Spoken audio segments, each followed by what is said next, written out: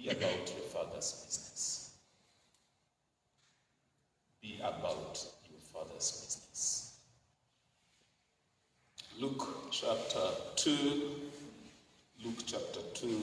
verse 48 and 49. Luke chapter 2, verse 48 and verse 49. This is what the Bible says. And when they saw him, they were amazed. And his mother said unto him, Son, why hast thou thus dealt with us? Behold, thy father and I have sought thee sorrowing. And he said unto them, How is it that you sought me? Wist ye not that I must be about my Father's business? You know, that is Jesus at age 12 replying to his parents. And you probably know what is happening there if you've read it. Jesus has been lost for 3 days. And so Joseph and Mary goes back to Jerusalem. And they find him in the temple. They are asking him, Our son, why have you dealt this way with us? And then he replies to them and says, Don't you know that I'm supposed to be in my Father's business? I'm supposed to be about my Father's business. I'm supposed to be doing what my Father has assigned me to do. I'm supposed to be doing that which God has allocated for me to do. So I feel in my heart that God is saying us, be about your Father's business. Achana mambo mingi. I mean, just leave aside all those baloos and the time wasters. Be about your Father's business. By the way, could it be that there are people here in colleges who are doing wrong courses? You didn't consult your father before taking that course. So you're probably going to realize some years to come that you wasted time. Because you are not about your Father's business. Oh, okay. Maybe, do we have people seated here that are probably doing wrong jobs altogether in the name of pursuing money? Yet, that is not your Father's business. Your Father hasn't given you that to do. Be about your Father's business. And if you are not sure what your Father has allocated you to do, ask him. For heaven's sake. Most of us have been through high school, if you are not in high school, if you are not yet out. Na kama uko high school tayari, unakuanga na session before the lesson iishe ya majibu, or the question and answers, isn't it? What is the purpose of that? So that what you didn't understand can be clarified. Okay? That's the purpose of that. Now, I am 32. In a couple of months' time, I'll be 32. And then ile ingine, I'll be 34. Just imagine, it's keep on piling and piling and piling. And before you realize, the next time probably I come here, I'll be gray-headed. I'll be showing you, or maybe the almond trees have started growing. You know, because the age cannot be reversed. Be about your Father's business. Stop wasting time. Life on earth is lived once. I feel I should remind us that. You live how many times on earth? Once. And it is a journey that once you complete it, you don't return. It's a journey of no return. You go through it once. Now, if you wasted time on that journey, before our maternal grandmother died, Steve is my brother. You call him the bishop. I didn't know he's called bishop nowadays. Before our maternal grandmother died, I happened to have visited her. And then she said, alikuwa mzee, huyo mshosha alikuwa mzee sana. Na akasema, one comment she said, which I'm probably not going to forget, is, kama time ingerudi nyuma, ningefikiria mara ya pili. She never said what she could have thought twice about. If time could reverse, I could have thought twice. She died like that, regretting the time wasted. So be about your Father's business. Are you hearing me? Are we together? Please, before you get to your 30s, who else is in his 30s here? Ni Oscar na Oscar umefika 30? Yes. It's only Oscar and I that are in our 30s here. Emily, you are not yet 30? Oh my God. Praise the Lord. Praise the Lord. Oh, ungefanya niende kufunga na kuomba. It's okay, that's a joke. You know, before you get to your 30s, make sure you know your Father's business and concentrate. So that by the time you are into your 30s, you are already doing what your Father has given you to do. Are you hearing me?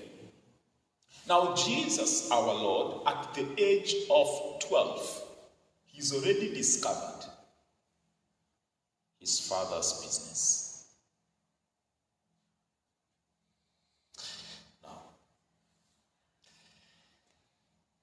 I want to share one thing or one aspect of that business. Or am I saying, Lord? I want to share one aspect of the Christian life which fosters growth and also promotes growth in the kingdom of God, promotes expansion in the kingdom of God. It fosters personal growth as a Christian and also expands the kingdom of God. Let me come up again.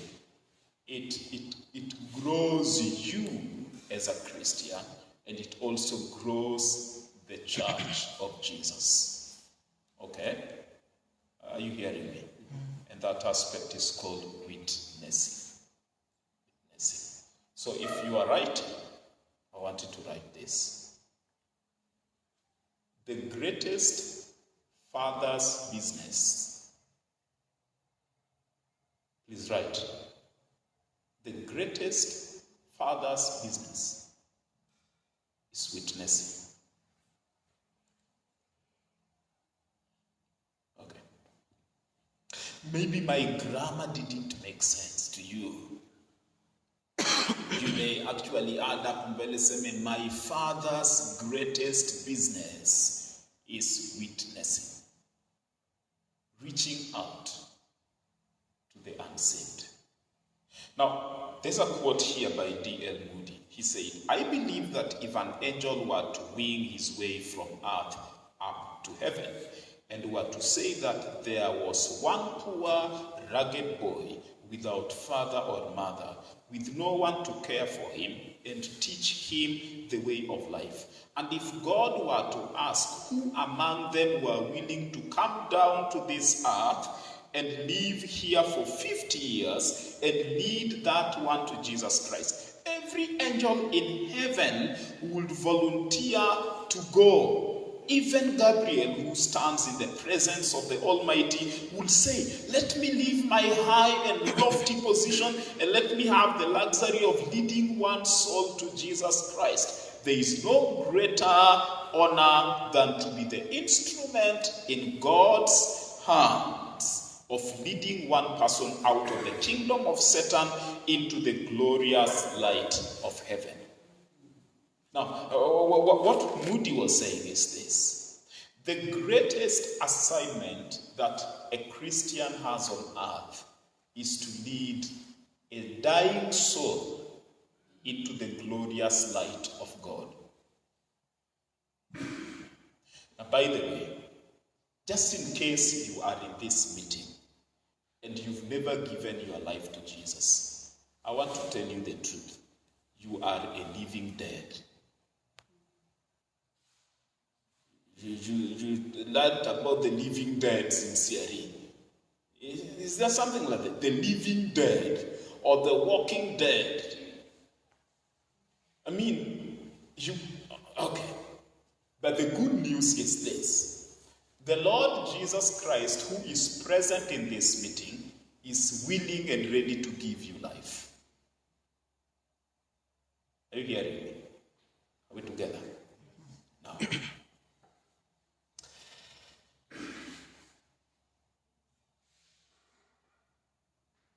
If the angels will be asked, who will go down on earth and lead that one boy to Christ? All the angels will say, let me go down there. Even if I'm going to live for 50 years to lead that person to Jesus Christ. Now, the greatest threat to Christianity, what do you think about this? Ungodly people? You think ungodly people are the greatest threat to Christianity? Or what do you think? Our culture and traditions? Or you say antagonistic governments, those governments that doesn't allow a Christianity in their nations? So what do you think? Which one is the greatest threat to Christianity amongst the three? The ungodly people. Now talk to me. Greatest threat to Christianity in kina nani sasa? The ungodly people? Alright? Or utasema ni our culture and traditions. You know this culture that has come over and it is, is that the greatest threat to Christianity? Our mode of dressing, the hip-hop culture, the Bob Marley culture is still there. Hizi cultures zingine, sijui tukienda huko ushago wanatakanga tunyoe nywele juu sijui nani amekufa. Those are those the threats to Christianity? Or would you say that the governments that don't allow Christianity in the nation are the greatest threat to Christianity? Well, a person may argue that, but let me tell you this. There is a statement that a person made. This person said, the greatest threat to Christianity is Christians trying to sneak into heaven without ever sharing their faith. So if you are looking, the greatest enemy to the Christian faith are Christians themselves. They want to make it to heaven, but they don't want to carry anybody with them. You know how selfish we are. Let me ask you. Are you sure there wasn't anybody you could invite for this kesha with you? Then why did you come alone? Why do you want to go to heaven alone?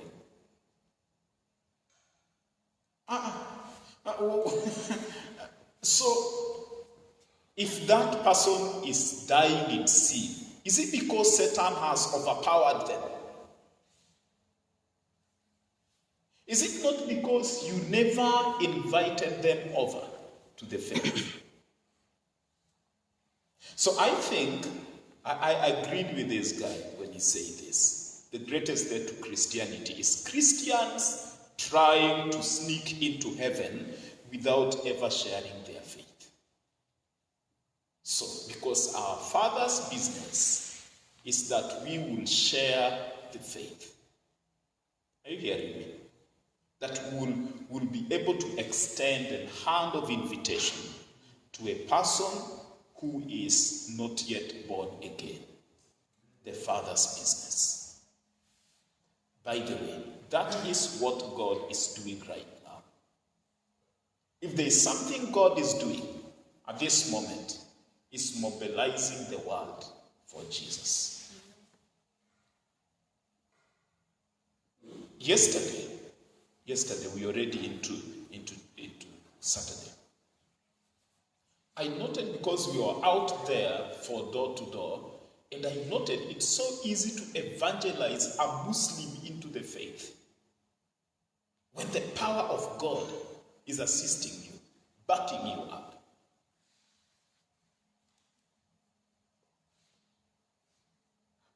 Don't you know that the Muslim brothers and sisters also has a soul that needs to be saved?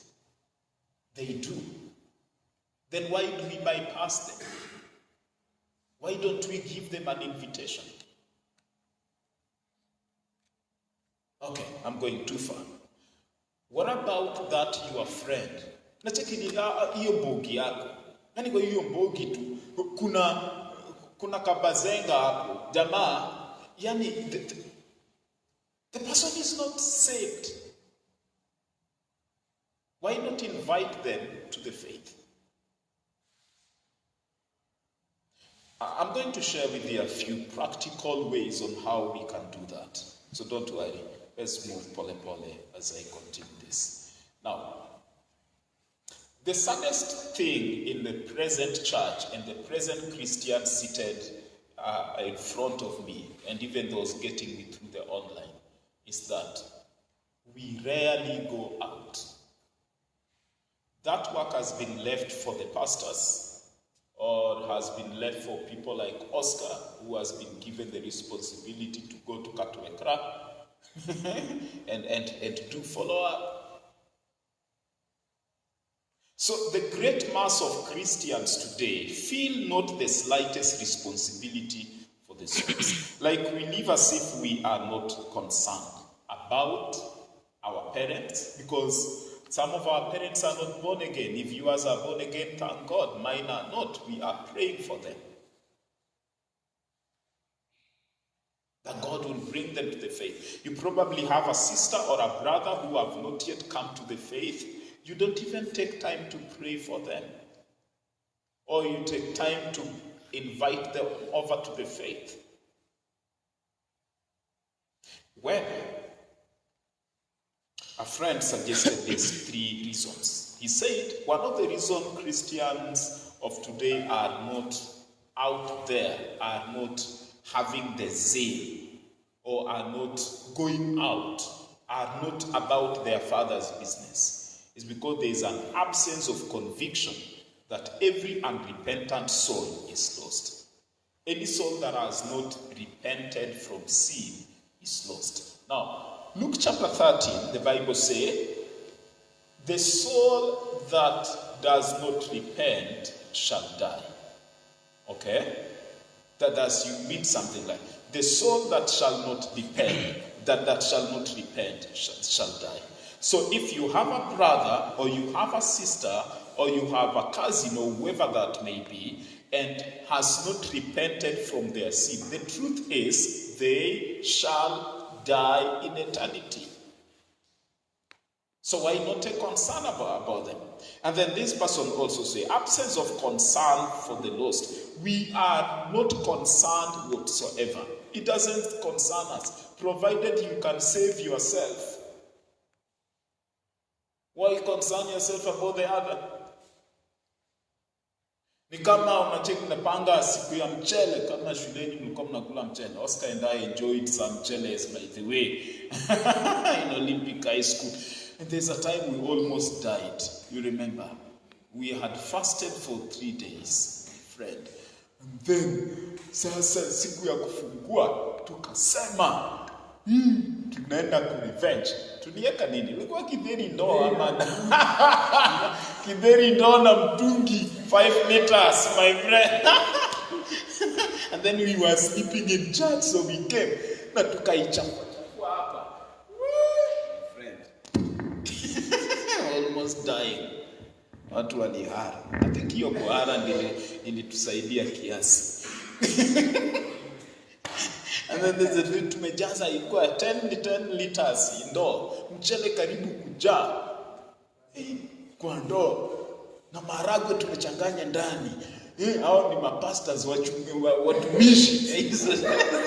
Tukatoroka tumeenda kwa bush huko chini. By then Olympic was still a bush. So tumeenda kwa bush. Wacha wachungaji wajitibu. Oscar, we were glutton. That is called gluttony. Had we died those days, probably would have landed in the wrong place. But God had mercy on us that we are still here. You know, lack of concern about the dying, about the lost. It makes us, we don't even want to go out. All right? And then reason number 3 again, he said the absence of conception of the value of a soul.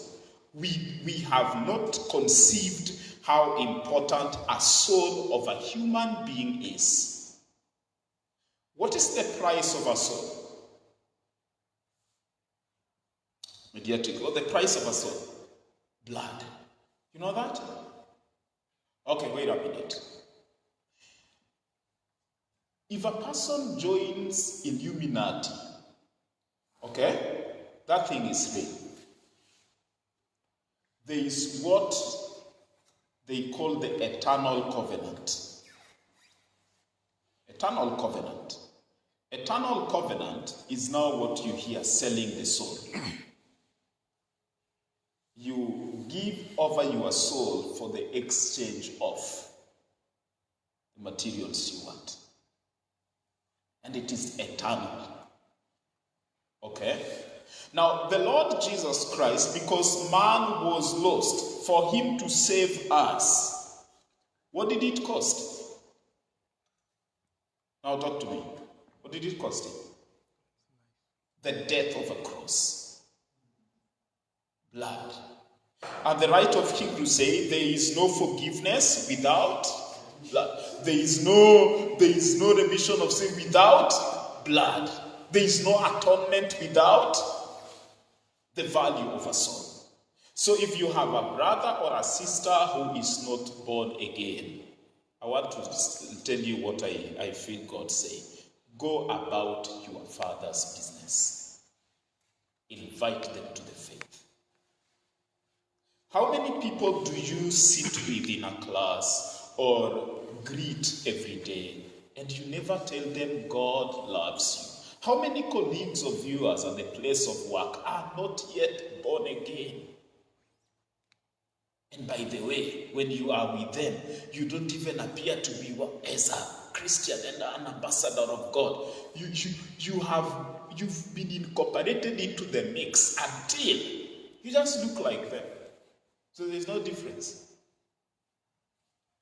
Now, why witnessing? Sharing our faith. I need to note this. Sharing our faith is one of the most important factors in growing as a Christian.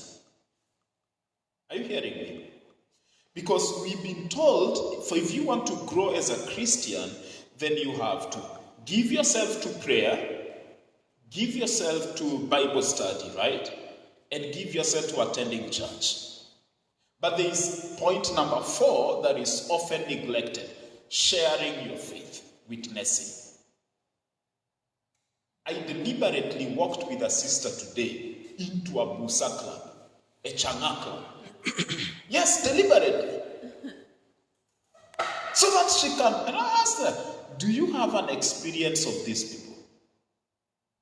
Deliberately, huko darajani, hapo kwa hizo vibanda za hapo, za Changa. Kwa Musa tukufika. Hii ni huku kwa makali huku.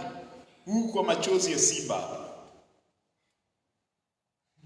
My objective was she can have an experience, right, of growing, an experience that will make him grow. So, Oscar, the next time you have your mission, and I happen to be around,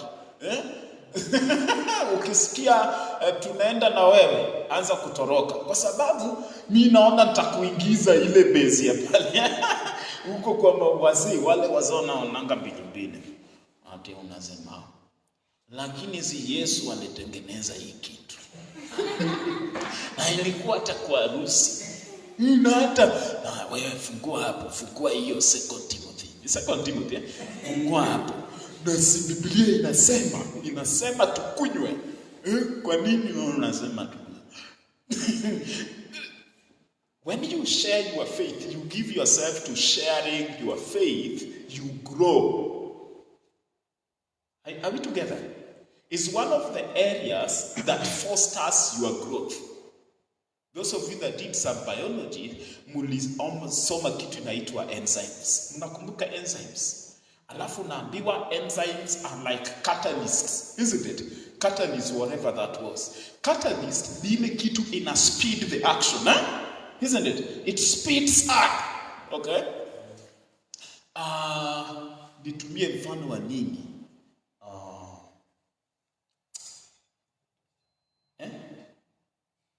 What did you say, sir? Yani ile kitu ina speed, it makes it inaenda. What is that? Okay, I don't understand what you are saying. So sharing, witnessing keeps our faith fresh. You need to know that. It keeps our faith fresh and exciting. Keeps our faith fresh and exciting. Because the more you give out, the more God pours into you. Are we together? Now, kuna sea inaitwa Dead Sea in Israel. Yani hiyo nini imekufa. The reason why it is dead is because it continues receiving water, receiving and receiving and receiving, but it never gives out. Are we understanding? So if you come to church every week, every month, every year, but you keep on receiving and receiving and receiving, and there is no outlet, there is no way you are going to become fresh. So the only way to be fresh is to do what? Give out the little that you... Are we together? Because the more you empty the bowels, the more your bowels are filled. Ladies and gentlemen, the more you empty, ama namna gani wadau, ukishakula kitu, 90% of us, unasikianga kuenda wapi? Why? Because you need to empty the bowels. Aya. Na hata hii usiku tu, kuna mtu atatoka tu hapa naende pale. Na si siri, na si dhambi. Ni tabia mzuri hiyo. Atoke hapa naende pale ku empty the bowels.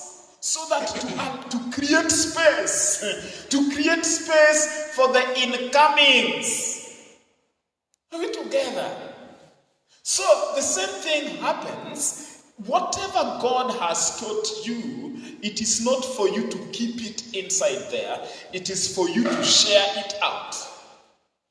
Now, the more you share out, the more your faith becomes fresh. The more you encounter new challenges, the more you grow. There is no growth without challenges. Are we together? Ladies and gentlemen, are we together? There is no growth without challenges. Now, in order to be effective witnesses for Jesus, there are 3 things we must note. 1, we must be available. In order to be effective witnesses for Jesus, number 1, we must be available. Unajua Mungu anaweza tumia mawe kuwitnessia mtu. Kuna ile mawe inaitwanga crying stone. Have you ever seen a crying stone? You've seen it.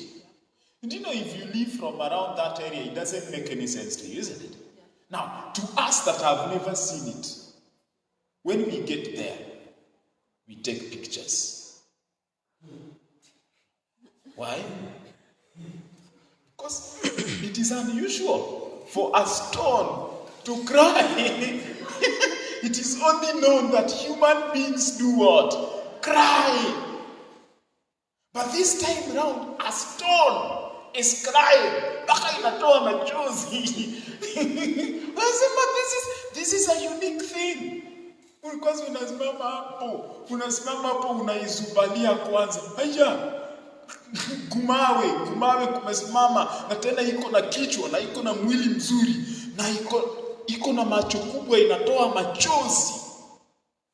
You know, a person can get there and say what amazing this God is. If God can create a crying stone, I must give my life to him. He just uses a stone to speak to someone. But why should God use a stone when you and me are here?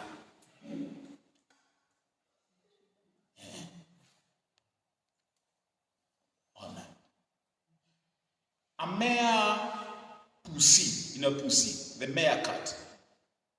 You know, a cat can witness to someone. You know that? You know how a cat looks cute? You just imagine the face of a cat. And a person, you just stare at a cat and say, "What? You mean there is somebody who created this? I must give my life to that person. If he created something so unique like this, so cute like this." Okay. maybe a cat doesn't make sense to you because let's talk about a warthog of all the creatures. A warthog of all the creatures. You know, it forgets within a span of how many minutes?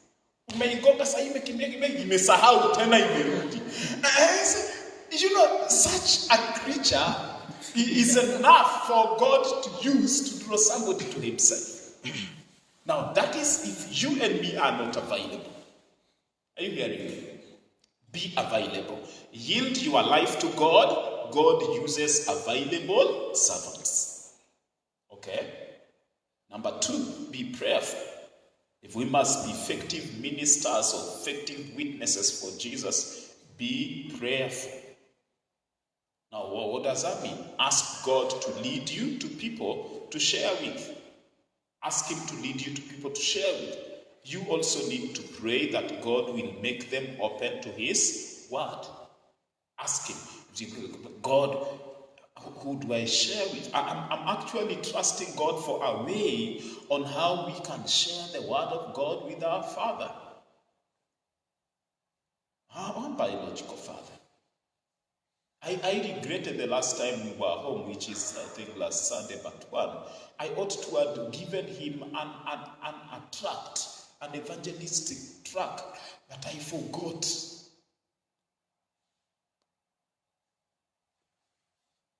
Pray. You need to ask God to lead you to people to share with. That's very important. Number 3, be filled with the Spirit. Be filled with the Holy Spirit. In order to be effective ministers of God, be filled with the Holy Spirit. Okay? Now, Jesus said, "I'm not going to leave you orphans. I'll send you the Comforter." Now, that word Comforter is a Greek word, parakletos. Now, parakletos means the helper, the advocate. You are intercessor. Okay? No, look here. Paul, when he was finishing the letter to the 2 Corinthians, he wrote a benediction, the one we sing every week. He said, "And now, may the grace of our Lord Jesus Christ and the love of God and some Bible use fellowship, but the original word is communion.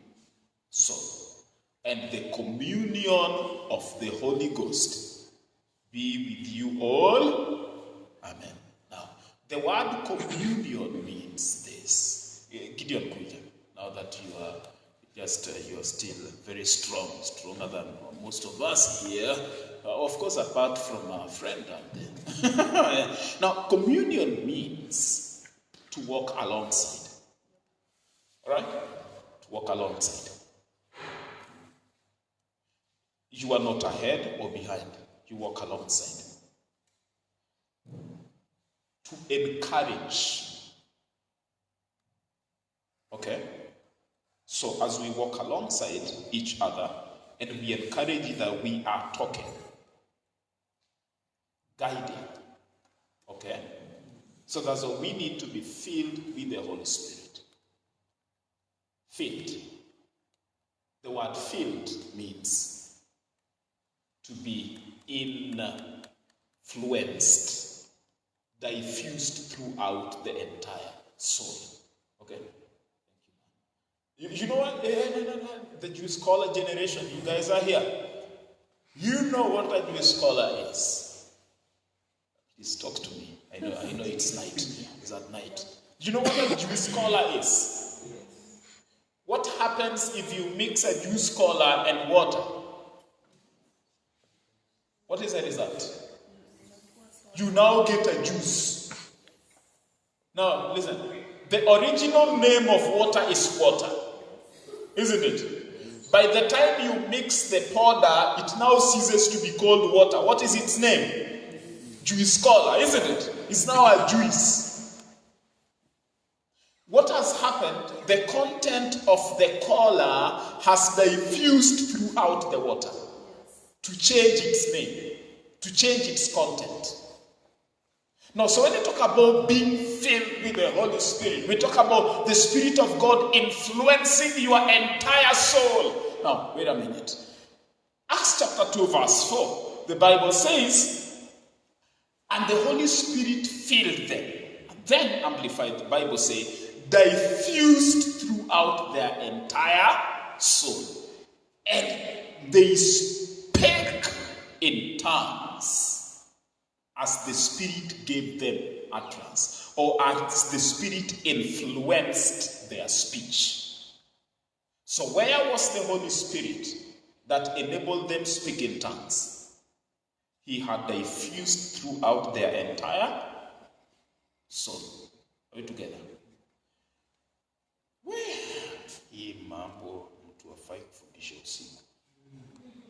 The Bible says in John chapter 6 verse 43 to 45. John chapter 6 verse 43 to 45. This is what the Bible says. Jesus therefore answered and said unto them, murmur not among yourselves. No man can come to me except the Father which hath sent me draw him, and I will raise him up at the last day. It is written in the prophets, and they shall all be taught of God. Every man therefore that hath heard and hath learned of the Father cometh unto me. Okay? Now why you need to be filled with the Holy Spirit? This is because it is God who draws people to himself. Are we understanding? We only become vessels that God uses for that purpose. Now, Romans chapter 10, verse 13 to verse 15. Romans chapter 10, verse 13 to verse 15. The Bible says, for whosoever shall call upon the name of the Lord shall be saved. How then shall they call on him in whom they have not believed? And how shall they believe in him of whom they have not heard? And how shall they hear without a preacher? And how shall they preach except they be sent? As it is written, how beautiful are the feet of them that preach the gospel of peace and bring glad tidings of good things. Now, there's a group of people that need to hear the word of God, but how are they going to hear without the preacher? And how is the preacher going to preach without being sent? Okay? So now there are three people here. There is the person who is supposed to send the preacher, and there is the preacher who is supposed to be sent to preach to the people who have not heard. So, will you be that person? Okay. I want to move on to the last thing. Okay? What I call means of sharing Christ. Means of going about your Father's business. How are we supposed to be sharing the Lord Jesus Christ with people? Okay? Meanwhile, kaka, ulisema ni kufanya nini? Kuvinya. By the way, what does that mean? Kuvinya ni kufanya nini? Oh, it is. Oh my God, when Swahili visited our village, I was upset. This guy got it and our elder brother got it. But the three of us hapo katikati ilitupita. We were upset that day. Ati kuvinya ni kudance. Maajabu. Means of sharing Christ. Okay? So how do you share Jesus Christ with people? How do you share Christ with people? Number one, means of sharing Christ. So if you're writing, write this. Share Christ with your testimony. With your testimony. By the way, skiza. So if a person is seated next to you and they seems to be joining the la la land, you can shake them and say, neighbor. Oscar John Nganga said we should not be telling people like that. John Nganga said tunafanya watu wakue and ni puppets. Now that is not a good thing. John Nganga. Where John Nganga alitusema maneno. Now, so sharing Christ with your testimony. Now, a testimony, a Christian testimony, is centered on Jesus Christ and what he has done for you. Did you get that? It's centered on Christ and what he has done for you. It is not centered on what you can do or what you have done. So if you meet a person in the name of sharing a testimony, is talking about their cars, their houses, their shoes. I tell you for free, and I hope this brother will get to see this through that video. I can't listen to him. I don't want to. Because he talks about his shoes, talks about his suits, talks about his, for heaven's sake, I don't have time to listen to your shoes. The sinner has no business with your shoes. They want to listen to what Jesus has done for you. What has Jesus done that can attract them to him? Are we together? So sharing a Christian testimony is centered on Christ and what he has done for you as a person. And by the way, you can share a 3-minute testimony and that's enough. Okay? So how do you make a testimony that can speak to somebody to come to Jesus? So if you are writing, write this outline for a Christian testimony. Yeah, write that. Outline for a Christian testimony. Number one, your life before Christ. Outline for the Christian. You want to share Jesus Christ using your testimony briefly in 3 minutes, 2 to 3 minutes. What are you supposed to be saying? So the first thing is, how was your life before you met Jesus? That's the first thing. And then number two, how you came to know Christ. Your life before meeting Christ and how you came to meet Jesus. What happened? Did somebody pray for you? Okay? Or did you pray for yourself? And what has changed? And then number 3, your life after receiving Christ. Your life after receiving Jesus. That's number 3. So the first one is, I repeat again, your life before Christ. How was your life? My name is Bernard Otieno, and you know I have a testimony. This is who I was before I met Jesus. But on this and this date, I made a personal decision, a personal choice to meet Jesus. And after that, now this is my life. In 2 minutes or 3 minutes. Are we together? So you can go out there and share Jesus Christ with your testimony. Okay? Now, so hiyo ya ushuhuda nimemalizana nayo, sharing Christ with your testimony. Number 2, means of sharing Christ. Number 2. Sharing Christ with pictures. Sharing Christ with pictures. By the way, did you note that everybody loves to see pictures? Did you notice that? Where? By the way, did you know that the adverts zile zina making sense sana kwa TV ni za cartoons? Zile adverts zinaingianga watu sana ni za cartoons. Najua hiyo maneno. Hata wazee wanapenda kuona cartoons. Aya. Cartoons nini? Simply animations, isn't it? Wait. It makes it more simple to explain to somebody the message of salvation through pictures. I wish I had a board here, but let me show you what I mean. For example, where is that? For example, I got this. For example, this is a booklet. This is a booklet, and I asked that you had a few. Zilisha, this is called the 4 Spiritual Law. Okay, this is a booklet. Personally, I've used this for a while. It's a very good tool. Now, inside this booklet, you realize there are drawings.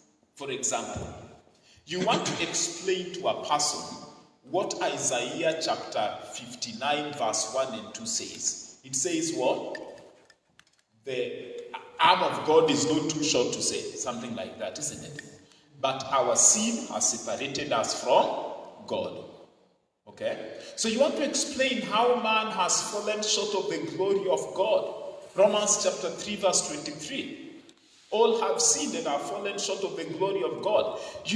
And how religion, good works, and doing good things cannot get them to God. It can easily be understood, everybody look here, if you use an illustration of a picture like this, for example.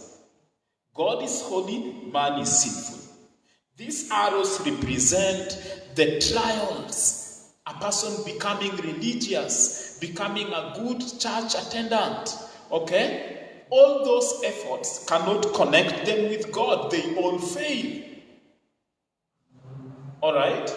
Sharing Christ with pictures. You can actually draw a picture.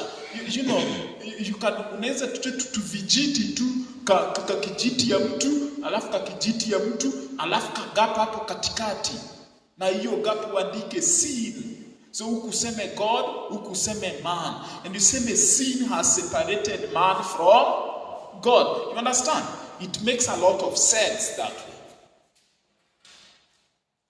Well, hata mshosho anapenda kuona picha. Otherwise, kwa nini anawekanga picha kwa ukuta ya nyumba? Okay. I wish I had time to share more on this. But sharing our faith with pictures is very, very interesting. The gospel can quickly and easily be drawn using simple stick pictures. Now, number 3, means of sharing Christ. Number 3, sharing our faith after a presentation. Okay? Do you still have skits and drama? Probably Oscar, this ministry will want to think about dramas and skits and all those things. Alright? They are good. Everybody wants, I noted everybody loves stories. Ona, church kwetu kuna watu wazee. The eldest ako 50, almost 55, right? The eldest lady we have in the church. She's almost 55. But I've noted, anytime I start saying a story, everybody becomes alert. Wanakuangalia hivi. Once upon a time, there was a guy called Okubaso. What did I say? Okubaso. He lived in Nigeria. Where did he live? In Nigeria. Where Nigeria is in which part of Africa? The northern part of Africa. Now, huko northern kuna kuanga na kadesert kubwa. ilikuwa inaitwa Sahara Desert. Sasa Okubaso used to wake up every morning and he used to see the Sahara Desert and he kept on wondering, now this thing begins here. Where does it end? So Okubaso one day decided to discover the end of the Sahara Desert. So he packed bread and he packed water. He thought that would be enough to take him throughout the journey. So Okubaso started the journey. He walked for 2 weeks. Then on the 14th day, he realized that his water and bread had gotten depleted. So Okubaso wondered, how am I going to survive? Okubaso checked, but he couldn't see the end of the Sahara Desert, meaning the journey was still long. You understand? Okay? So Okubaso said, come what may, I must cross the Sahara Desert. So he walked for another 3 days without water and bread, and then his strength ran out. So Okubaso fell down. He was almost dying. But he said, even if I die, I must cross the Sahara Desert. Okay? So he started crawling, but his strength could not sustain him. Oh, poor Okubaso. So Okubaso said, okay, let me die. Let me just die. I don't know what came over Okubaso, because the sun had really scorched his back. So he decided to turn. So when he was turning, he saw a small village at a far distance. He cannot scream, cannot call for help. The only thing he could do was crawl pole. Luckily, before he got to the village, there were 3 people in that village. A very old man and a very old lady and a young boy. They were missionaries. So they ran for his help and they took him up. They nursed him for 7 days. After on the 7th day, Okubaso said, no, I must now leave to cross the Sahara Desert.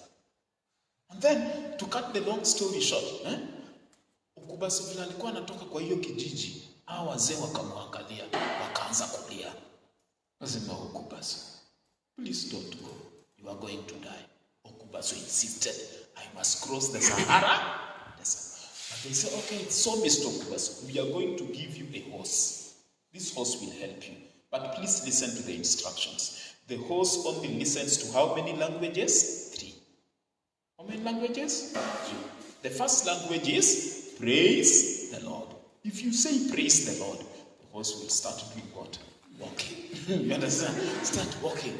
Now, the second is the word hallelujah. If you say hallelujah, the horse will start running. So the more you say hallelujahs, the faster the horse runs. And then the last word is amen. If you say amen, the horse will do what? Will stop. Okubaso was a delighted man. So he mounted the horse. Praise the Lord. The horse started. The horse started, and it started. And then Okubaso said, hallelujah. So he said so many hallelujahs until he forgot the last word. So the horse ilikuwa kwa speedy bala. Speedy bala. Ucheki ile sasa hata kusimama ni accident. Sasa na mbele yake akaona kuna giza kubwa. You imagine the darkness. Giza kubwa, alafu ardhi chini ya dunia imefika mwisho. Okubaso started thinking, what was the last word? The last word, it had disappeared. When the horse was about getting into the ditch, that big empty space, he remembered, amen! And so he shouted. So when he shouted, the horse slid.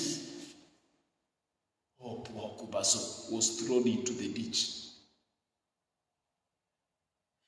So, thanks be to God, Okubaso didn't go down. Because hapo kando ya hiyo ardhi, dunia imefika mwisho hapo, kulikuwa na mti mkubwa. Na luckily the root of that tree ilikuwa imechomoza. So Okubaso hanged on that kwa hiyo root.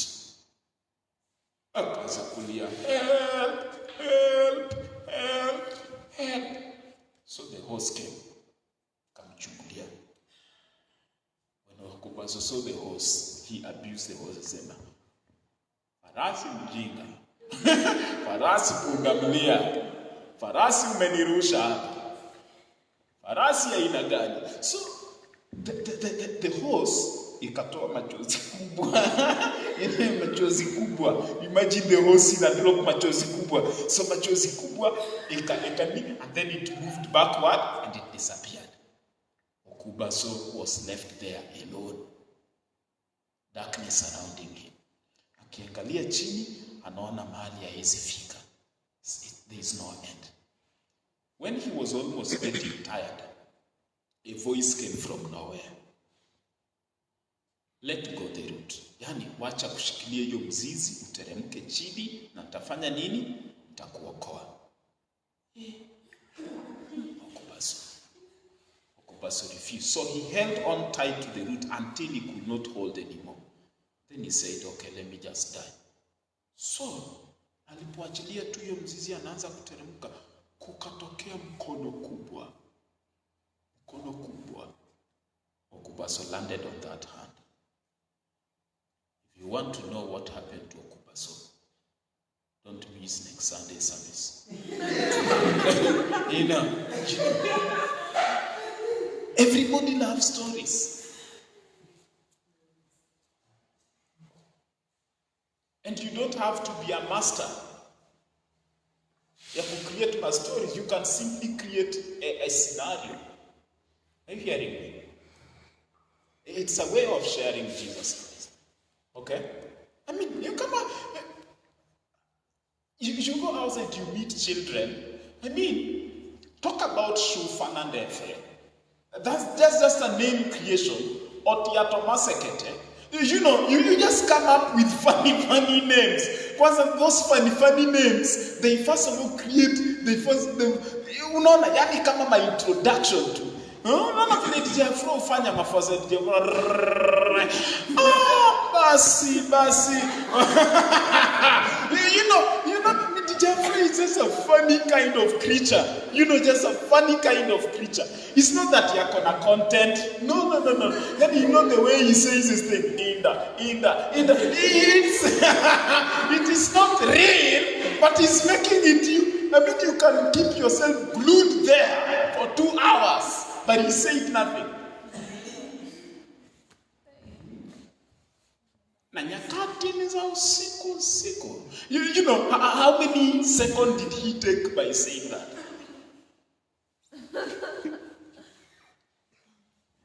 Be about your father's business. And you can approach it in any way. Are we together? Well, you want to know how Tiatomasekete missed his blessings? Hey, you know, that's another story. Sharing our faith with a booklet. That is number 4. So if you are writing, want to go at speed because I know my time is. Sharing our faith with a booklet. Okay? A booklet like this, for example. Personally, I found the 4 spiritual very helpful. A booklet. I have a tract here. Where did I put it? It is. It's. Oh Lord, where is that? Okay. Here. This is called an evangelism tract. Okay, as a person, you can use this. This is very easy to start a conversation with. You know, what is it saying? Heaven or hell? And then there's a question there. Which one will you choose? What do you think people will say? Heaven. Now, you now know how to approach that evangelism. How do you get to heaven? Oh, I just have to be nice. Don't have to abuse people. Don't have to fight. Okay? What does the Bible say? You know, now you are able to get into the Bible to explain to the person how to get to heaven. Understand? Sharing our faith with the booklet or a tract. And there's so many things there that I want to go through. Now, sharing our faith with prayer. That's number 5. How do you share Christ? Sharing your faith with prayer. So how do you share your faith with prayer? Of course, a person would not say yes to Jesus, but they will say yes for you to pray for them. You understand? Let me make a simple prayer here. Father, I thank you for this brother, etc. I pray for him. He is saying that he is sick and he needs healing. God, this man's soul needs salvation, and you are the Savior. What did I say? Talk to me. What did I say? This man's soul needs salvation, and you are the Savior. You know, in the process, I'm already preaching to this person in the name of prayer. Because the person listened to the prayer, isn't it? Wewe ukiombewa unavunganga masikio. Si unasikizanga ndio useme amen kubwa. So, God, I thank you for this brother. Thank you for the time that he gave us to talk with him. I commit him to you. May you follow up his spirit and make him know that he needs you in his life. I'm already talking to the person that he needs Jesus in his life. But what am I doing? I am praying, isn't it? Praying for them, huh? So you can share your faith with prayer, especially those who are very hard to accept Jesus Christ. Now, this is how I just learned, the Lord taught me today how to approach talking to the Muslim. We'll talk to another today. Yesterday, I mean. I know that they won't accept my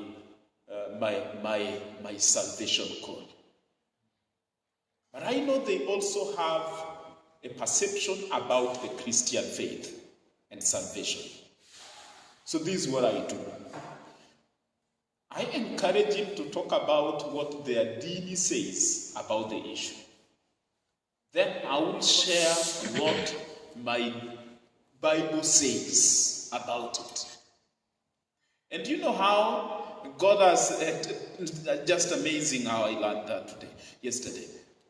My conclusion will be like, it is an experience I will desire every other human being to experience. The experience of the changing power of Jesus. And we end the conversation. You need the changing power of Jesus. That's what I'm saying. Only Jesus can change you, because Sharia law cannot tame the sinful nature. The sinful nature cannot be tamed. It needs to be removed. The law does not do that. Only Jesus does that. Okay?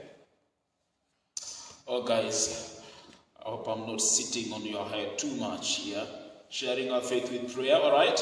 Then number 6, I'm almost finishing, so I need to do this. Friendship evangelism. Friendship evangelism. Friendship evangelism. Another means of sharing Christ. Friendship evangelism. Now, this one involves, it is for to show interest in people. Okay? Show interest in people. Kwa mfano, the people who sit next to road, of course, najua wako kazi. Wengine wako kazi, though kuna wale wako jeni, Sasa hata huyo mwenye ako kazi huyo mwenye ako kazi, ukienda unaweza deliberately uende umweke hiyo 20 bob. Lakini ukae hapo dakika kama 5. Ubirie. Wale watu wanatumanga pesa ya M-Pesa na laini ya Airtel. Alafu baadaye wanapiga simu. Unajua huyo ni mwizi. So akipiga simu, badala ya kumtukana, simwambie ndugu, sema Bwana Yesu, mimi ni mwenye dhambi, mimi ni mwenye dhambi. Oh, ladies and gentlemen, there is just so many ways on how you can lead a person to Christ. Badala kumwambia wewe mwizi wewe, you already know he's a thief, and by the way, there is nothing new you are telling him, because he also know he is a thief. So you don't need to remind him what he already knows. So what do you need to do? You can actually say, my brother, thank you so much for calling, but I want to tell you this before I can refund your money. Of course, there is no money to refund, because there is the balance iliandikwa nini? Locked. You understand? So how do you send a locked balance? Because it is locked.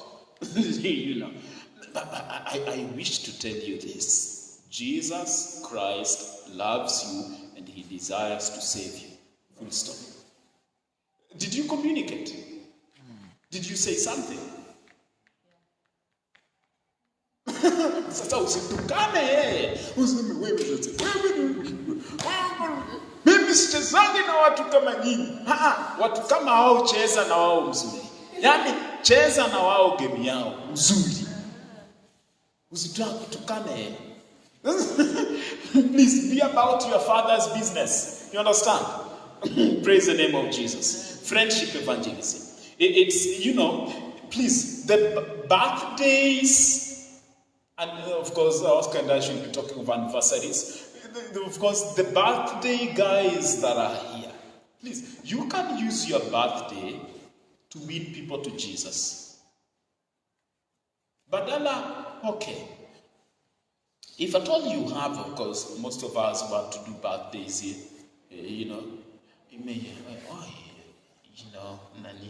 Michaela doesn't want us to pass by. Michaela, sasa, your birthday ni siku ya crusade. Wale wamekuja hapo, hata kama ni tutoto, tutoto waubirie. You understand what I'm saying, huh? You can actually prepare lunch and invite a few guys over with the intention of them hearing about Jesus Christ. Okay? Friendship evangelism. Number 7, contact evangelism. Contact evangelism. Means of sharing Christ. Number 7, contact evangelisms. Okay? So this one involves going out to places where people are. For example, bus stops. Okay? Bus stops. Or high school Christian unions. Pole sana mchungaji. For example, high school Christian unions. Okay? Go where they are. Enda kwa Musakla. Ingine iko pale Bombolulu. Pale. Contact evangelism. You go there. Hapo ni pale uko sure bet. Utapata watu. Wako. Na wakosangi at any time of the day. Any hour of the day. Wakosangi wako. Kuna naendanga mara kama at least 3 times or 4. Ile ya kwanza na kwanga ya kutoa lock. Ya kutoa lock ya asubuhi. Alafu aenda piga ziara bala alafu arudi. Anaseme hapana, hii imani imepungua kidogo. Kuja top up faith. Na cheki. Anasema hapana, bado sioni nikifanya hivi. Alafu arudi top up tena. Sasa anaanza kuona hivi. Nasema sasa, lakini sasa bado sioni mlima, anarudi tena mara until ile sasa anaanza okay sasa. Sasa vile mimi naona nyinyi. Sasa huyo mtu kama huyo sasa uko sure utampata. Contact evangelism for going where people are. So please, go to colleges, and I think this church is growing really well. I think very soon you guys will say, you already have one here. and Pastor Oscar, you are doing a good job right there. It's called contact evangelism. Are you hearing me? It's a means of sharing Jesus. Now, Bible study evangelism. Bible study evangelism. That's another number 8, means of sharing Christ. Bible study evangelism. Now, this one involves inviting the people who are not born again for the Bible study discussions. Okay? Like what you do on Mondays. Just inviting someone who is not born again. You are not preaching to them. Just invite them over to attend the Bible study. Okay? They are going to hear people discuss the Bible by themselves. And they are able to know. Okay? Then number 9.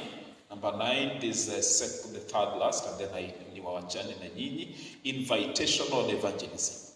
Invitational evangelism. Now, invitational evangelism works very interestingly because you simply have to invite someone to church. Okay? Just give them an invite. Invite them, please. If you, for example, you have a worship service like what you guys had last month, just invite them for such an event. And then after the event, ask them, what do you think? What do you think about what the pastor said? Don't ask them about the uniform. Yeah, don't ask about the uniform or the music. Ask them about, what do you think about that message that the pastor said? Let them give you the feedback. Are you hearing me? So you just invite someone to church. Okay? It's called invitational evangelism. Okay? Just invite some. And by the way, if you invite someone to church, I think I should mention this. It will be helpful if you wait for them. If they tell you they will delay, just wait for them. Come with them. Otherwise, they are never going to come on their own. And when they come, by the way, if you are not so much engaged in the church that day, you can sit where they are. Sit with them where they are. Okay? Invitational evangelism. And then number 10, proclamation evangelism. Oscar and I have done this for years, my friend. I think we should get back to doing this. Proclamation. And we did it without microphones. A number of them tulifanya na ngoma. Zile ngoma za long trumpet nini. Na Oscar ndiye alikuwa anapiga ile ya bass. Alafu Nicholas Kidum, wale wanajua Nicholas Kidum. Kidum alikuwa anapiga ile ndogo. Ting ting ting. Nicholas Odimpo alikuwa akekele. I was the preacher man. And we did a number of them, by the way. John Msee was a member. Joram Kakui Wakatata was a member. Nani tena alikuwa hapo? There was a guy called Geoffrey Musoti, the interpreter. You understand? And sisi ilikuwa ubebane na vyombo huko alafu stima ipotee. Wewe wacha. That's not a time to waste. We should go back to that, Oscar. Proclamation. Proclamation involves like what happens is in an open air, okay? In an open air. And you speak the word of God. You shout it abroad. You proclaim it. And finally, ladies and gentlemen, what I call internet evangelism. I just thought of this yesterday, but one, internet evangelism. Internet evangelism. You know, this one involves the use of your SMS. Uko na SMS? Safaricom inako, leave alone the bundles, I'm headed there. Safaricom inakupea, bado inakuanga, Mark Jones. Ile ya 10 bob unapewa 200, bado zinakuanga.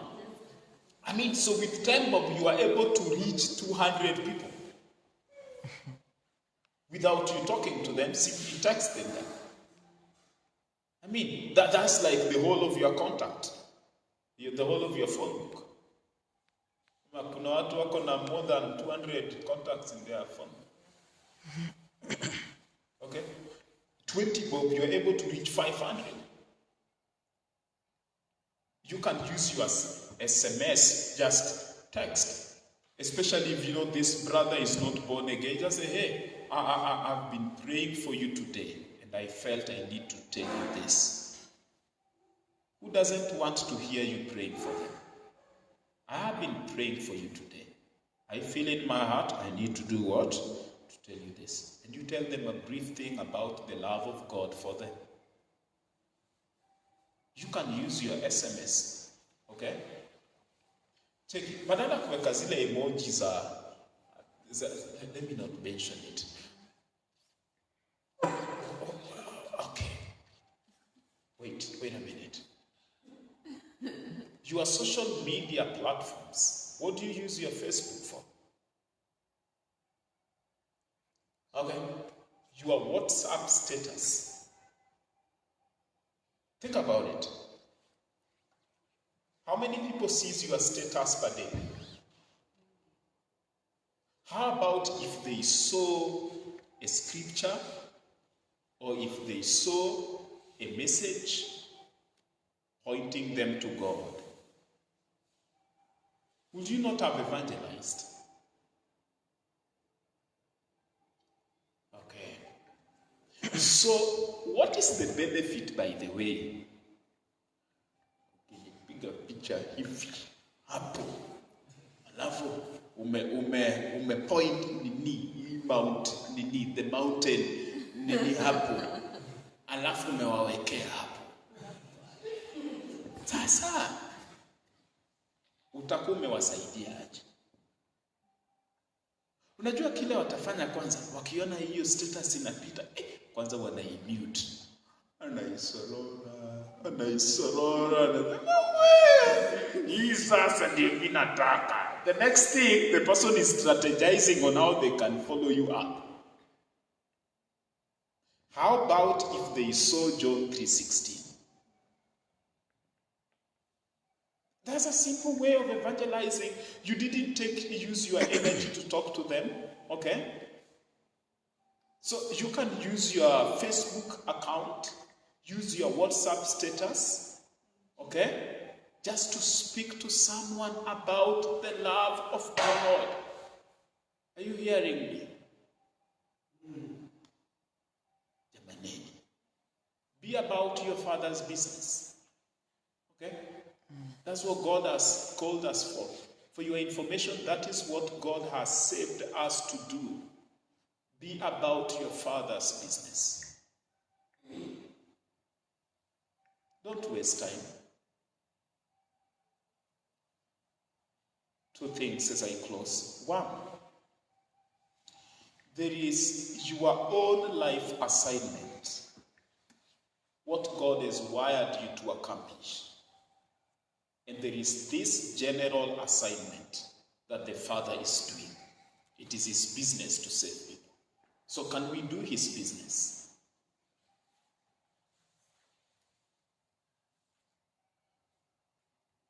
Honor.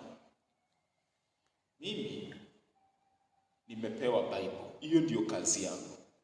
So hii Bible nimepewa neema ya kuifundisha. From any angle and from any book. I don't know how that happens. Naweza fungua Songs of Songs, na tusome Songs of Songs yote, na it makes sense. You understand?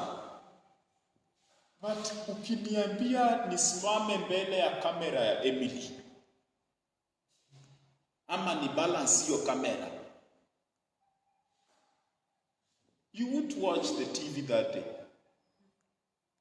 Because the images will be appearing like zinaenda kuanguka.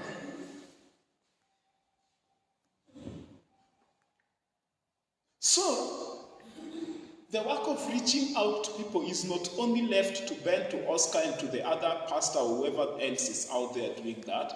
It's also given to every one of us here. Now, by the way, if you want to do it because of a reward, there is a reward. It is called the crown of life. Are you understanding? It's called the crown of life. Peter talks about it in 1 Peter chapter 5. He says, take care of the sheep that God has put under you. After it, you shall receive the crown of life. So, if you want the crown of life that the Father shall give, Be about your Father's business. Are you hearing me? Go to work. Sikizeni. Unajua Bible inasema asiyefanya kazi asikule. Sasa kazi tumepewa. Si tufanye hiyo kazi. You have a friend who is not saved. You have a friend whom you can invite for the Bible studies every Monday. They don't have to be Christians. Just invite, even the person is a Muslim or whatever they claim. Invite them. Just tell them, hey, join me for this today. Are we together, dear Christians?